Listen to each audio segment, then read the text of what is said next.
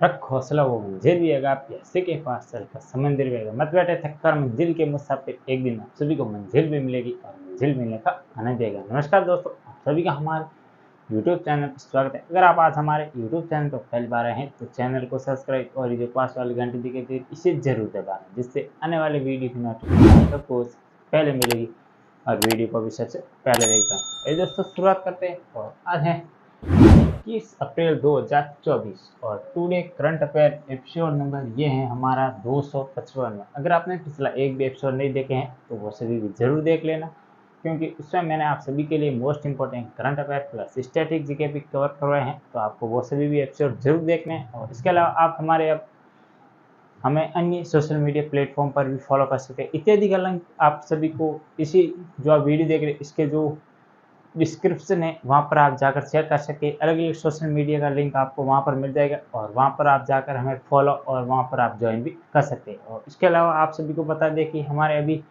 Present time में जो short video चल रहे हैं उसमें मैं आपको भारतीय लोक नृत्य सीरीज करा रहा हूँ। उसमें मैंने अभी तक 15 राज्यों का जो 1 मिनट में प्रमुख लोक नृत्य है उसको कवर करा दिया है।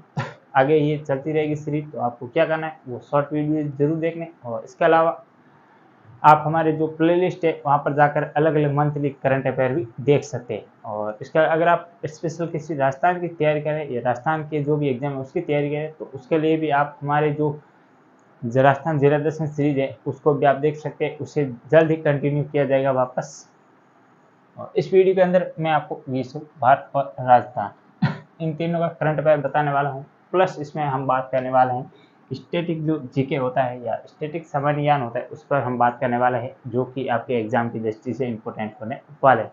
तो ये शुरुआत करते हैं। आज का पहला क्वेश्चन है वो है प्रतिवर्ष विश्व लिवर दिवस कब मनाया जाता है। तो आपको ये बताना है कि जो विश्व लिवर दिवस है ये प्रतिवर्ष कब मनाया जाता है।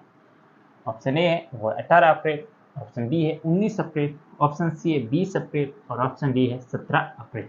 कब मनाया जाता है प्रतिवर्ष कौन सा दिवस? विश्व लिवर दिवस। तो ये मनाया जाए प्रतिवर्ष 19 अप्रैल को। तो ये आपको ध्यान रखना है, प्रतिवर्ष 19 अप्रैल को कौन सा दिवस मनाया जाता है? विश्व लिवर दिवस। आप सभी को इसकी जो थीम क्या थी वो आपको कमेंट बॉक्स में लिखनी है। और इसके अलावा एक 18 अप्रैल को और एक 17 अप्रैल को और एक दिवस मनाया जाता है। वो कौन सा दिवस मनाया जाता है उसके बारे में मैंने आपको बताया था 2 दिन पहले। और इसके अलावा एक 18 अप्रैल को और दिवस मनाया जाता है, कौन सा? विश्व विरासत दिवस। तो विश्व विरासत दिवस, तो इस पर हमने बात की थी, मैंने आपको बताया था। और इसके अलावा 17 अप्रैल को कौन सा दिवस बताया मैंने आपको बताया था, तो ये आपको मुझे कमेंट बॉक्स में बताना। अब थोड़े से दिवस आए हैं तो इसके बारे में हम प्रमुख बात कर लेते हैं। तो ये तो लिवर दिवस है। इसके अलावा आप मुझे बताइए 1 जनवरी को कौन सा दिवस मनाया जाता है, और इसके अलावा 25 जनवरी को कौन सा दिवस मनाया जाता है, और 16 जनवरी को कौन सा दिवस मनाया जाता है। तो ये 3 जनवरी के दिवस से इंपॉर्टेंट होने वाला है। तो 1 जनवरी को कौन सा दिवस मनाया जाता है, तो ये मुझे आपको बताना है कौन सा बीएसएफ स्थापना दिवस। और इसके अलावा 25 जनवरी को मतदाता दिवस, मतदान दिवस या मतदाता दिवस। और इसके अलावा 16 जनवरी को मनाया जाता है स्टार्टअप डे, स्टार्टअप दिवस।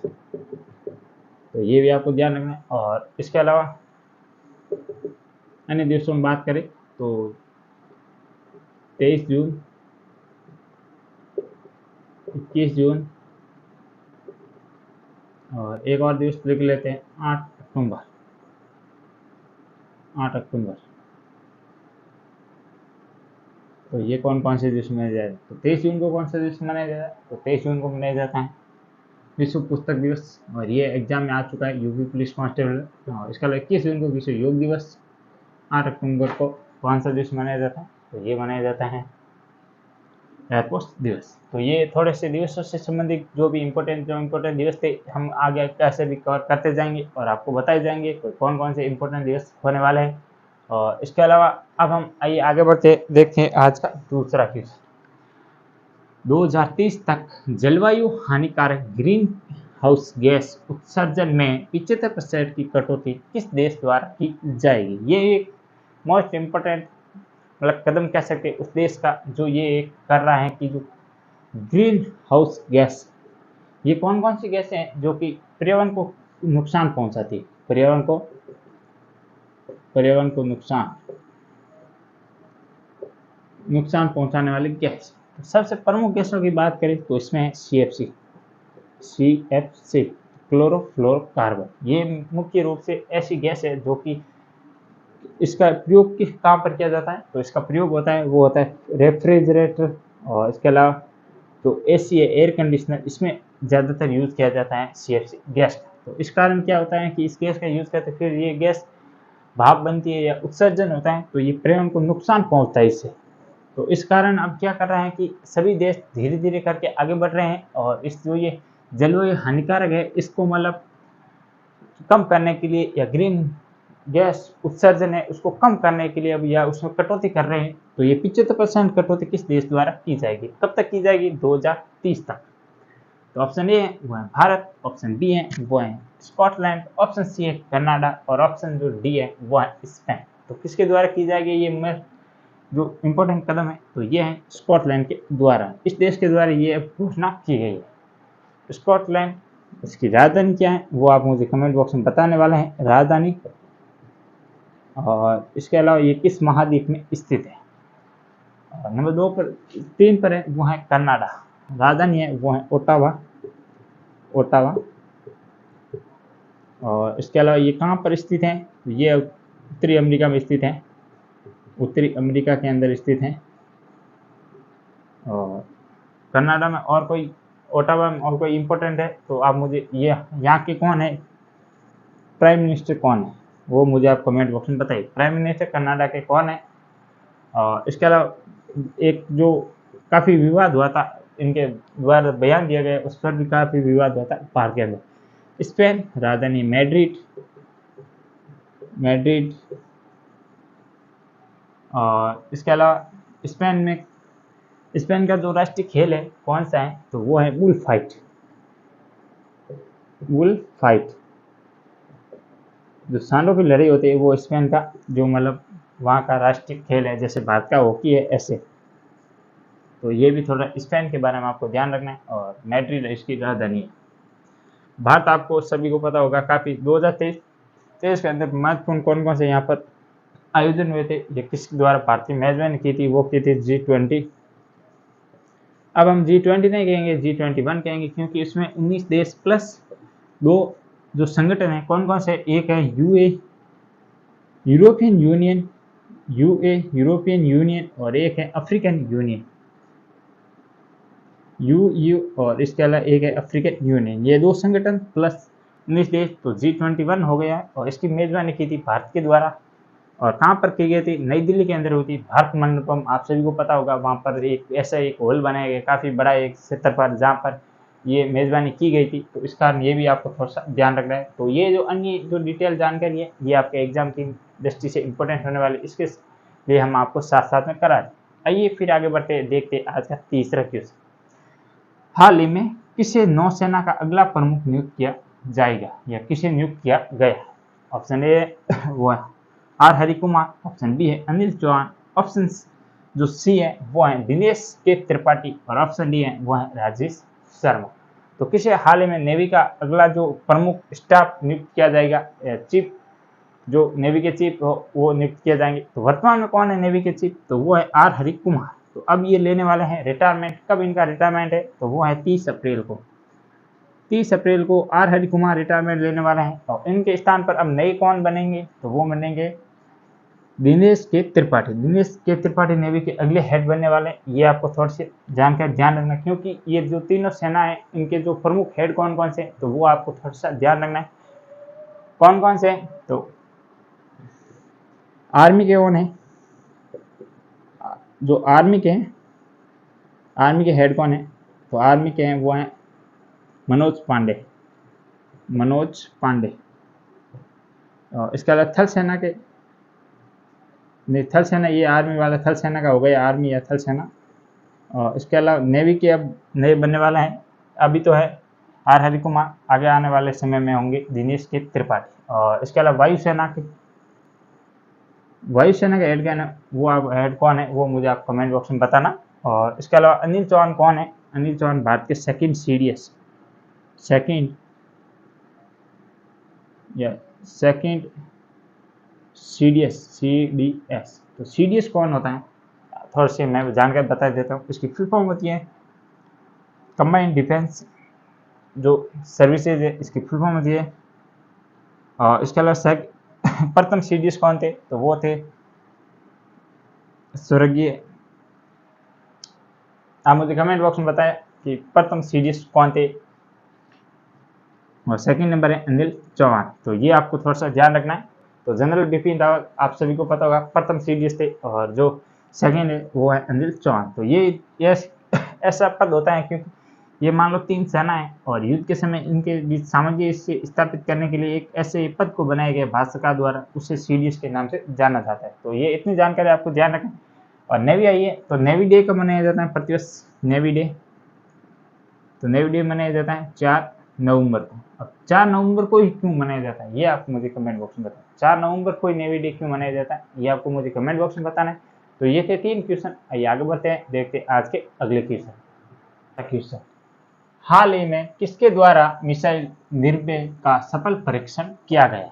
ऑप्शन ए है वो है इसरो, ऑप्शन बी है वो है DRDO, ऑप्शन सी है वो है IIT दिल्ली, और ऑप्शन डी है वो है ICT दिल्ली। तो किसके द्वारा हाल ही में जो सफल मिसाइल है जिसका नाम क्या है वो है निर्भय, उसका सफल परीक्षण किया गया। तो ये किसके द्वारा किया गया, तो आप सभी को लगभग पता होगा। ज्यादातर मिसाइलों का जो सफल परीक्षण है ये किसके द्वारा किया जाता है, तो ये किया जाता है DRDO के द्वारा। DRDO एक भारतीय ऐसी संस्था है जिसके द्वारा प्रमुख मिसाइलों का निर्माण किया जाता है और उसका सफल परीक्षण किया जाता है। और जिस मिसाइल का सफल परीक्षण हो जाता है फिर उसको सेना में सौंपा जाता है और कुछ का निर्यात भी किया जाता है। तो इसी को देखते हुए अब एक मिसाइल का जो सफल परीक्षण किया है जिसका नाम है निर्भया, और ये एक क्रूज मिसाइल है, ये भी आपको ध्यान रखना कौन सी क्रूज मिसाइल है।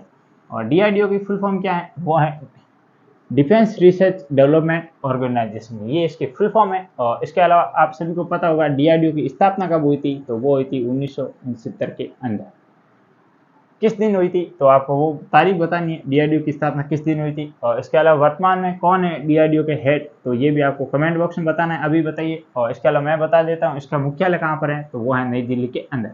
तो एक तो मुझे वो तारीख बताइए कि DRDO की स्थापना किस तारीख को हुई थी। और इसके अलावा DRDO की जो मतलब वर्तमान कौन है हेड, तो वो भी मुझे आप बताइए। और इसके अलावा इसरो आप सभी ने नाम सुना होगा, और ये जो 2024 का जो साल था, 2023 का साल था, ये मोस्ट इंपोर्टेंट इसरो के नाम रहा था 2023 का। इसरो इसकी फुल फॉर्म में थी इंडियन स्पेस रिसर्च ऑर्गेनाइजेशन, और ये एक भारतीय सरकारी कंपनी है, मतलब यह जो कह सकते हैं सरकारी संगठन है जिसके द्वारा अंतरिक्ष से संबंधित कार्य किए जाते हैं। और वर्तमान में कौन है इसके हेड, तो वो है सोमनाथ वर्तमान में है हेड है किसके, इसरो के। और इसरो की स्थापना कब हुई थी, तो वो हुई थी 15 अगस्त 1969 को। और वर्तमान में कहाँ पर है इसका मुख्यालय, तो वर्तमान में जो ये इसका मुख्यालय है वो है नई दिल्ली के अंदर। तो ये भी आपको थोड़ा सा ध्यान रखना है। और इसके अलावा ये तो आपको ध्यान रखना ही है DRDO के बारे में। और इसका सफल परीक्षण किस स्थान से किया गया, अगर आपको स्थान पूछ ले तो ये किया गया उड़ीसा में। और उड़ीसा में एक द्वीप है जिसका नाम है व्हीलर द्वीप, वहाँ से सफल परीक्षण किया जाता है।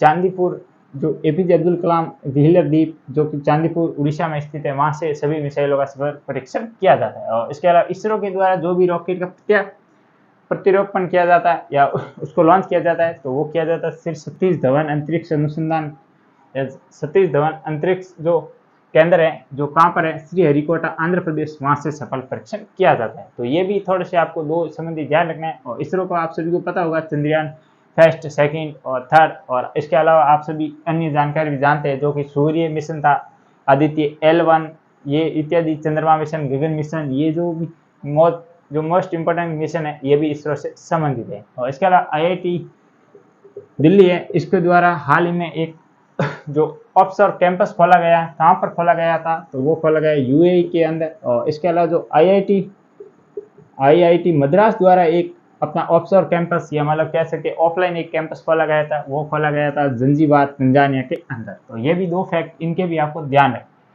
ये डी ऑप्शन ऐसे ही लिखा मैंने था, इसका कोई मतलब नहीं है। तो ये इस क्वेश्चन से रिलेटेड जानकारी हो गई।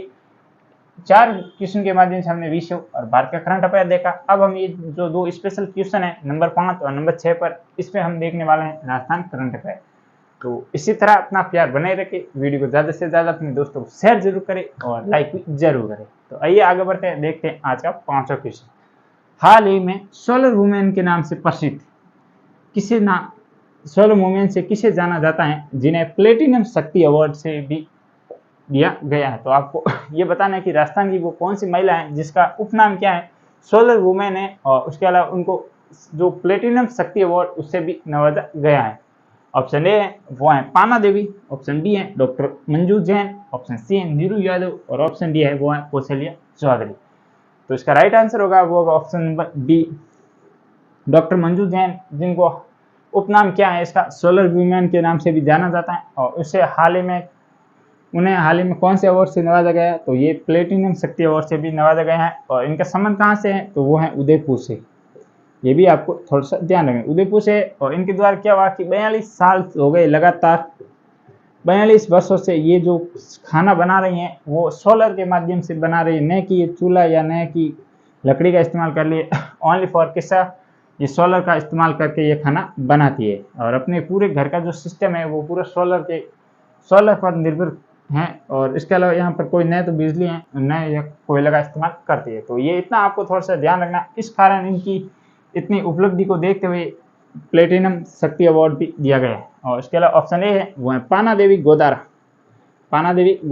इनका संबंध हाल ही में आप सभी को पता होगा 3 गोल्ड मेडल जीती थी। और अगर इनकी आयु देखें तो इनकी आयु है 92 वर्ष में इन्होंने 3 गोल्ड मेडल जीते। और इनका जिला किस जिले से संबंधित है, तो ये बीकानेर से, थोड़ा सा ध्यान रखना इंपॉर्टेंट है।